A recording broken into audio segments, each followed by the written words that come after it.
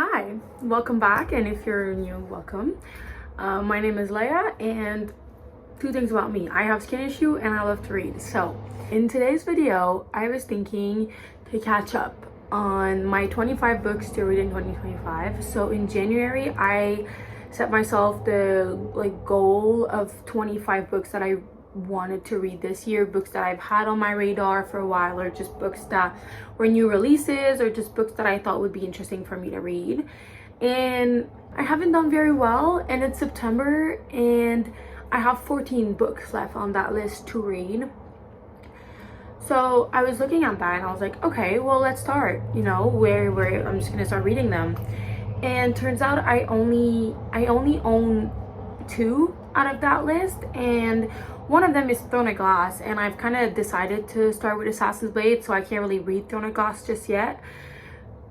So I'm in a predicament because I can't really read these books, and I want to accomplish the challenge of reading. Was that a car accident?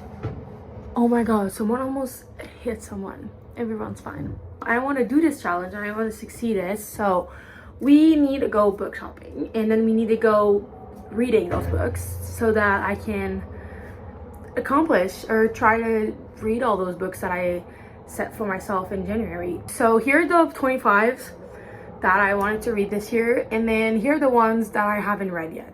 And then out of those ones, I have Immortal Dark, and I've actually started this one, and by started I mean I'm 30 pages in, so that's the first book we're gonna read. But before we do the reading part, we're gonna go do the shopping part. I'm gonna set a few rules though, because there's a problem with me in a bookstore, and it's I spend all my money. And although I do want to do this challenge, I also want to keep my wallet full. So rule number 1, I can only get a book that's on the list of books of the 25 I want to read in 2025. I cannot get more than 5 books. And the only exception to the rule is if I see practice makes perfect, because I want to read it and I have Big Borrow Steal. So that's the only exception to the rule. So we'll try to see if I can follow them, hopefully, and then we'll try to find some good reads, and we'll see where it brings us.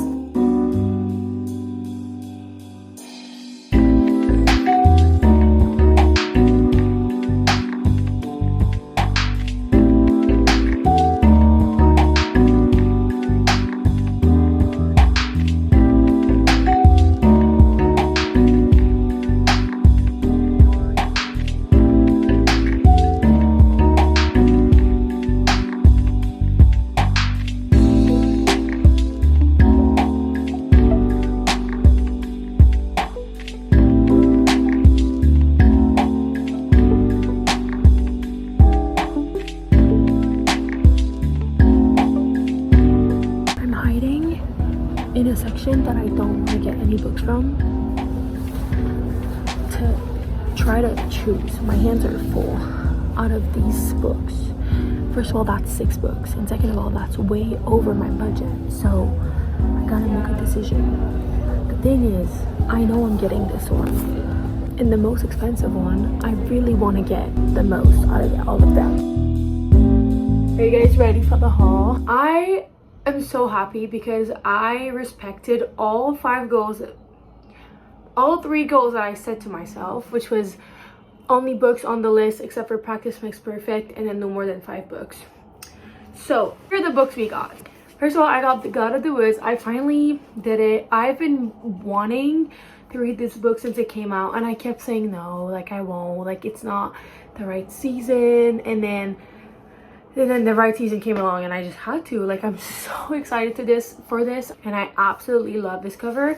I'm a little sad there's nothing on the, what's it called, the hardcover, this. I am really excited to read this and so happy to have it. And then I got Death at Morning House by Maureen Johnson. I've read the Truly Devious series and I ate it up. I read 9 Liars, I think it was called, and I also really enjoyed it. I just love her writing style. It's very lighthearted.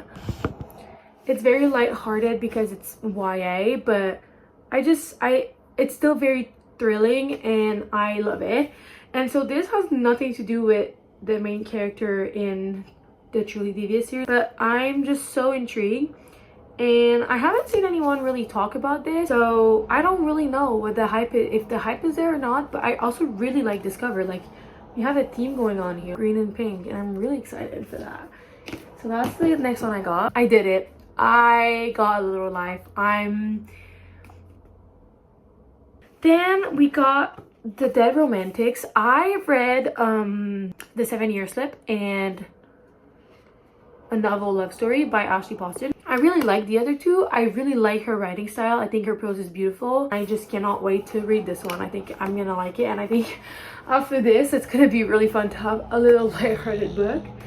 And finally, I got it. I did it. I got Practice Makes Perfect. This was not on the list, but it's okay because I really want to read it, and I have the third book, so I just really want to read them in order. I know you don't have to, but it's not chronological, so I was gonna read it in order. But anyways, that's the book haul. I'm really excited. The first one that we're gonna read is Immortal Dark. I took off the dust jacket because I'm currently reading it. I absolutely love this hardcover. Like, I don't even know, it's beautiful. So far I am genuinely liking it so much.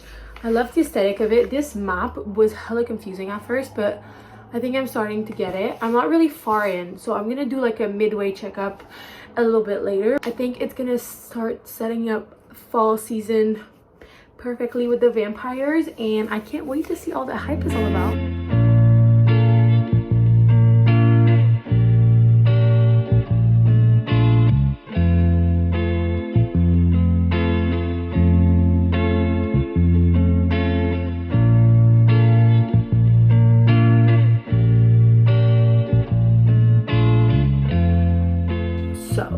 Exactly 50% through this book, and it's really interesting. So basically you follow this girl, I think her name is Kidan. I literally watched the author pronounce the names and I still forgot them, but whatever. You follow this girl named Kidan, and the opening of this book is that Kidan is looking for her sister June. And in this world there are humans and there are vampires. Kidan and June, they're humans, but they belong to one of the 80 families to which vampires can feed on. And basically there are a certain amount of vampires that are like associated with their families, and her family, there's only one vampire left that is associated with her family, and the only two living descendant of her family is her and her sister June. And so she goes on to look for her sister, and that quest brings her to Oxley University because that's where the house is and the vampire is, and she's convinced that the vampire that is associated with her family kidnapped her sister.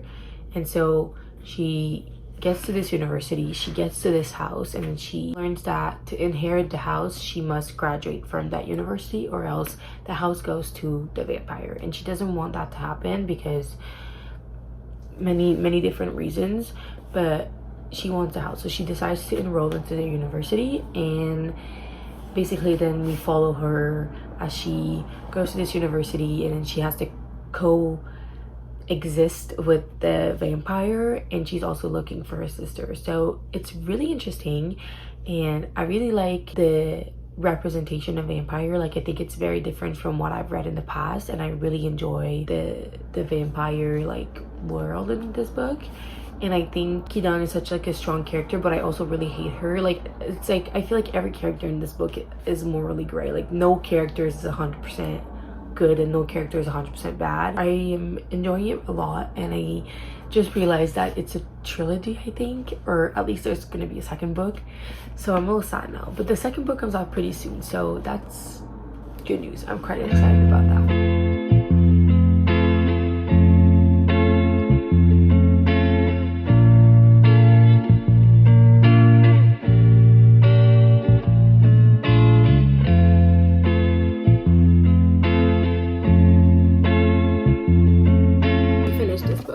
It was What a ride. What a ride. I'm not gonna lie, I did not think I would like it as much as I did. Don't even know where to start with this one because it was so out of left field for me. I did not think I would like this like kind of gothic, kind of dark academia vampire story. Like this is so not what I usually read, but zero regrets. Like this was good, this was great, and I love how annoying every single character is. I read the review, like general reviews on like Goodreads, and people were like, oh my god, she was so annoying, oh my god, he was pissing me off. Well, yeah, like I would also be annoying if I was in that situation. Like, what do you mean? This is crazy that this is the author's debut novel, because this is really good. The world is very complete, I think. I have some like questions about the world, but I don't know if it's stuff that we learn more towards the end, and I think they will probably be answered in the next one. So I feel like this world is very complete. The ending got me. Like I cannot wait for the next one. I did not think it would end like that, like so on a cliffhanger, like what's coming next. Now I'm not entirely sure what I'm gonna read next, but I was thinking either Death at Morning House or The God of the Woods for the next one, but I'm not entirely sure. I might go a completely different direction, but this is what was calling my name.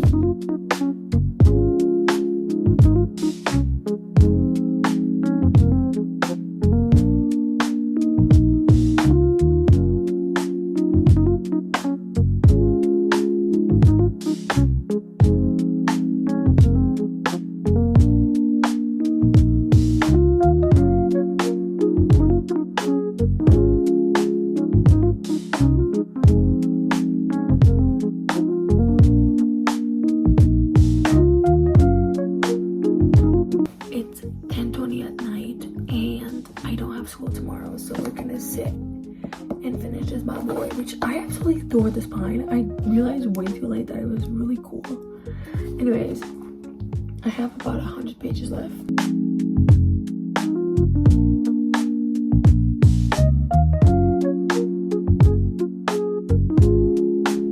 Hey, welcome to this update. Just ignore the fact that when I'm wearing my PJ, because everything's in the washing machine, so I'm waiting for that to be done. And then also my bed isn't made because again I'm changing the covers. It's gonna be so cute now, but again it's in the washing machine, so I'm not gonna make my bed to unmake it in like 10 minutes.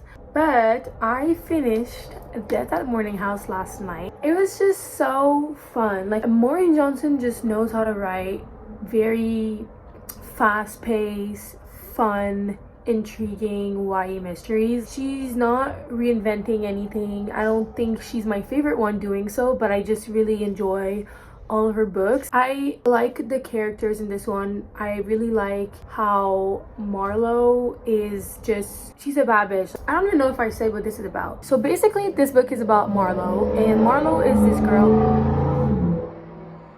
I hate motorcycles. And Marlo is this girl who goes through something a bit traumatic when she's at home at the beginning of summer, and her history professor just like walks in her house and he goes, so I have this friend who works at Morning House and they're looking for another person to help out this summer. They're opening it to the public, and Morning House has never been open to the public before. It belonged to the Ralston, I don't know how to pronounce it exactly. It belonged to the Ralston in the like 1930s, and in 1932 there was 2 deaths in the Ralston family at Morning House, and since then Morning House has been emptied. And so this summer, before the house goes to like a company that's gonna do whatever with it, this girl, Dr. what's her name? I think her name is Dr. Hansen, but I really am not sure. Basically this Dr. Hansen girl, or I don't know what she's called, she's writing a book about the Ralston and Morning House, and while she's doing so, the students, they tour tourists on the house. This probably doesn't make any sense. And basically Marlo gets there, and when she gets there, she realized that the other students that are there, they're all from the same friend group, and they've all known each other for a very long time. And she kind of is the odd one out. But then on her first like official night there, this girl drops that she's actually replacing a dead guy. So basically she goes to investigate what happened, to this guy that she's replacing, while also she's trying to figure out all the secrets of Morning House. And then while they're there, something else happens, and then it's this story. I like that Mark Lowe makes her own opinions of people and doesn't really follow the troops, which I think is really fun to read about this like strong female character, and I really enjoy that. I really just enjoy it. Was just fun and very bingeable, very easy to read. Nothing like super crazy, like the twist at the end didn't like caught me that off guard like I was kind of expecting it. But I think just Maureen Johnson just is such a fun YA mystery author, and I really liked it, and I'm really excited to see what else she's gonna write in the future. So that's on Morning House.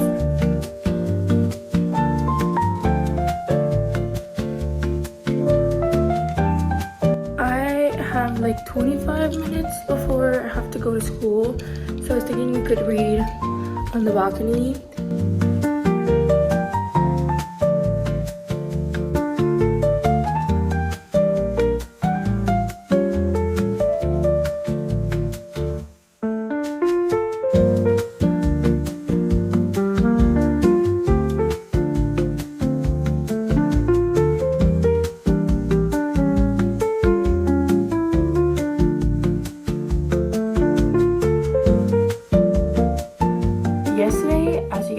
I went to the lake with my friends, and I did get a bit of reading done from The God of the Woods.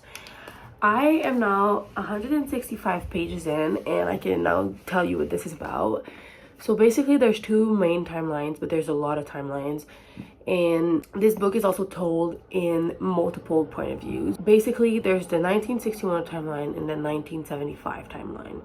And in 1975, Barbara von Lohr disappears from her summer camp. Like, she just goes missing. The thing is, Barbara is the daughter of the like owners of the camp and the reserve the camp is on, and so this causes kind of like a big like, oh shit, like this is an important kid, and then she just went missing.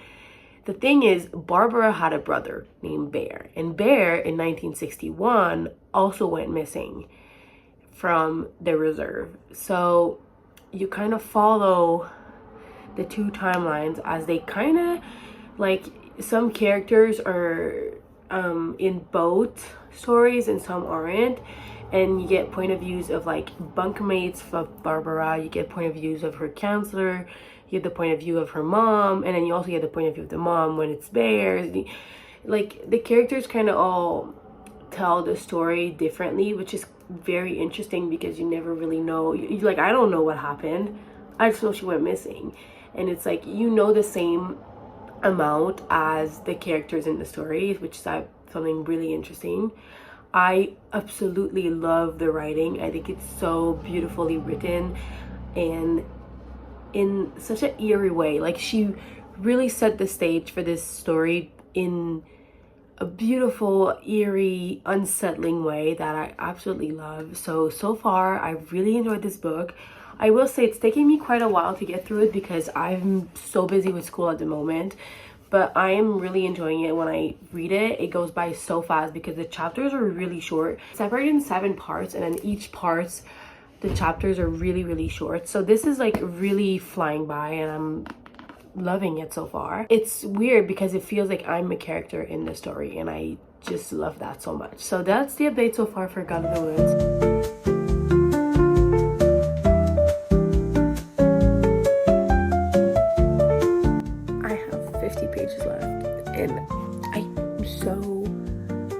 Confused on who did it, but also I'm so hooked. I can't wait to find out.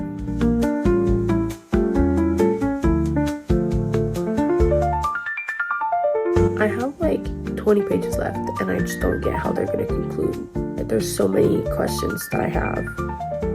There's so like, let's just wait and see.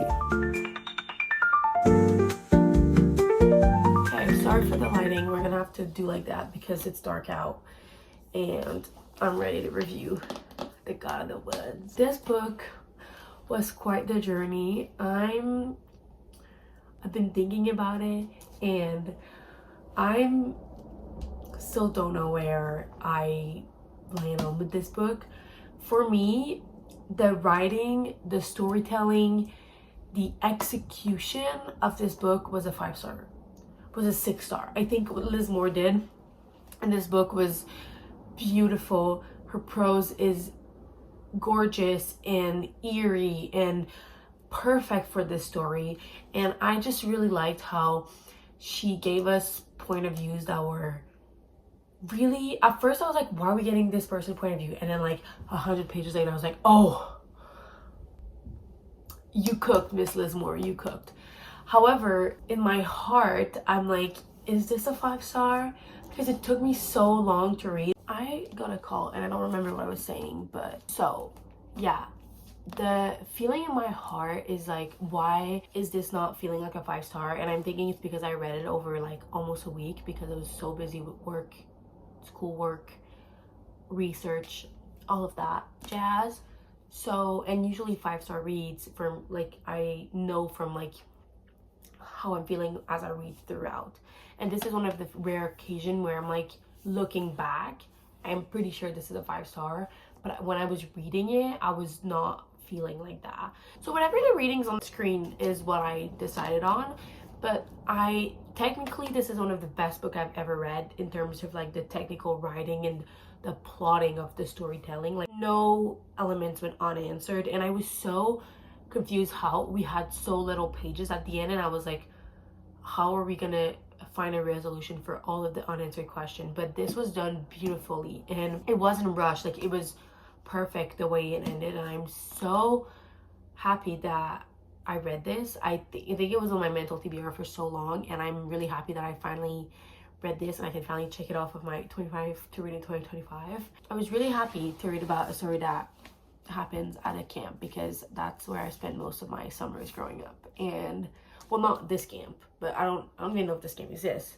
and I'm also from Canada. This story happens in New York, but you know what I mean, After this video, we've officially read 3 more books out of my 2025 to read, out of my 25 to read in 2025, which is making progress. Finally, we have 11 more to go, I think. And yeah, I'm really excited to see which one of that list I pick up next. Am I gonna complete it? I don't know. I hope so, but also if I don't complete it, no stress. But I would be happy to finish it. I love a good challenge, and I will see you in the next one.